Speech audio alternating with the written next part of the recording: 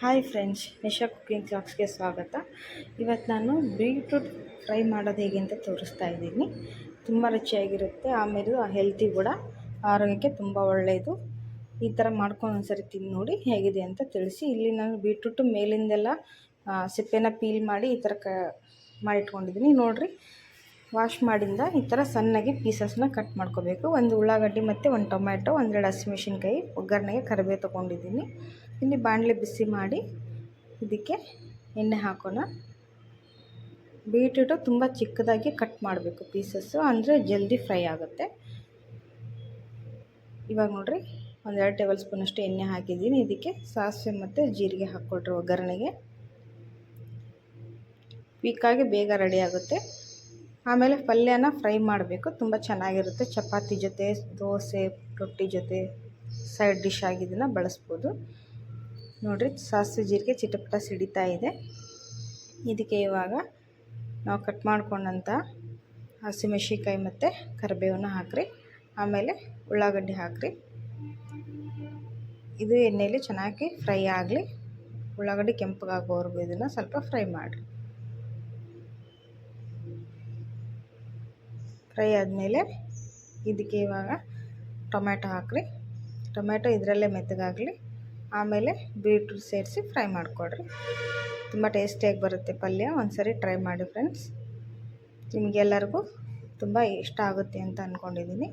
ನೀವು ಒಂದ್ಸರಿ ಟ್ರೈ ಮಾಡಿ ನೋಡಿರಿ. ಇವಾಗ ನೋಡಿರಿ, ಮೆತ್ತಗಾಗಿದೆ ಉಳ್ಳಾಗಡ್ಡಿ, ಟೊಮ್ಯಾಟೊ ಮತ್ತು ಮೆಣಸಿನ್ಕಾಯಿ, ಕರಿಬೇವೆಲ್ಲ ಸರಿಯಾಗಿ ಫ್ರೈ ಆಗಿದೆ. ಇದಕ್ಕೆ ಇವಾಗ ನಾವು ಸಣ್ಣ ಪೀಸಾಗಿ ಕಟ್ ಮಾಡ್ಕೊಂಡಿದ್ದು ಬೀಟ್ರೂಟು ಇದನ್ನು ಹಾಕಿ ಚೆನ್ನಾಗಿ ಮಿಕ್ಸ್ ಮಾಡೋಣ.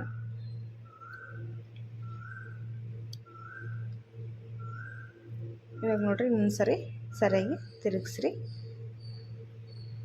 ಬೀಟ್ರೂಟ್ ಇಷ್ಟಪಡದೇ ಇರೋದವರು ಸಹಿತ ಈ ಪಲ್ಯ ಈ ಥರ ಮಾಡಿ ನೋಡಿರಿ, ಚೆನ್ನಾಗಿ ಇಷ್ಟಪಡ್ತಾರೆ. ಪಲ್ಯ ಕೂಡ ತುಂಬ ಚೆನ್ನಾಗಿರುತ್ತೆ. ಇವಾಗ ಇದನ್ನು ಫ್ರೈ ಆಗಕ್ಕೆ ಬಿಟ್ಬಿಡೋಣ. ನೋಡಿರಿ, ಇವಾಗ ಎಣ್ಣೆಯಲ್ಲಿ ಚೆನ್ನಾಗಿ ಫ್ರೈ ಆಗಿದೆ. ಇದಕ್ಕೆ 1 ಸ್ಪೂನಷ್ಟು ಅರಿಶಿನ ಪುಡಿ ಹಾಕಿ ಸರಿಯಾಗಿ ಮಿಕ್ಸ್ ಮಾಡಿರಿ. ಬೀಟ್ರೂಟ್ ಎಣ್ಣೆಯಲ್ಲಿ ಫ್ರೈ ಆದಮೇಲೆ ಇದನ್ನೆಲ್ಲ ಹಾಕಿರಿ. ಇವಾಗ ರುಚಿಗೆ ತಕ್ಕಷ್ಟು ಉಪ್ಪು ಹಾಕಿ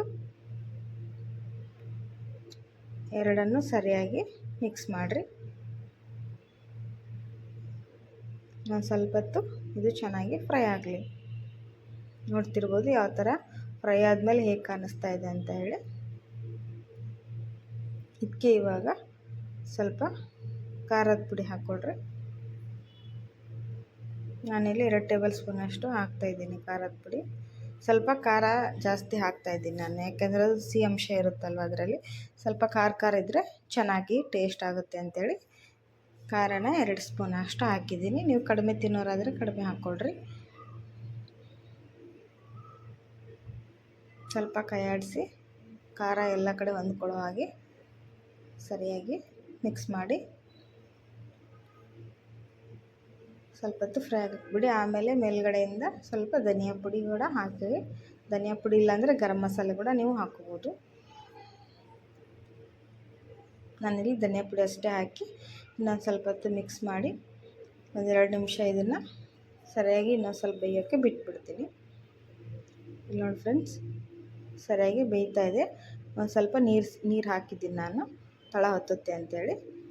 ಮೇಲೆ ಸ್ವಲ್ಪ ಕೊತ್ತಂಬರಿ ಸೊಪ್ಪು ಹಾಕಿ ಕೈ ಆಡಿಸಿ. ಇವಾಗ ಪಲ್ಯ ರೆಡಿ ಆಗಿದೆ. ನೀವು ಕೂಡ ಮಾಡ್ಕೊಂಡು ತಿಂದು ನೋಡಿ ಹೇಗೆ ಬಂತು ಅಂತ ಹೇಳಿ.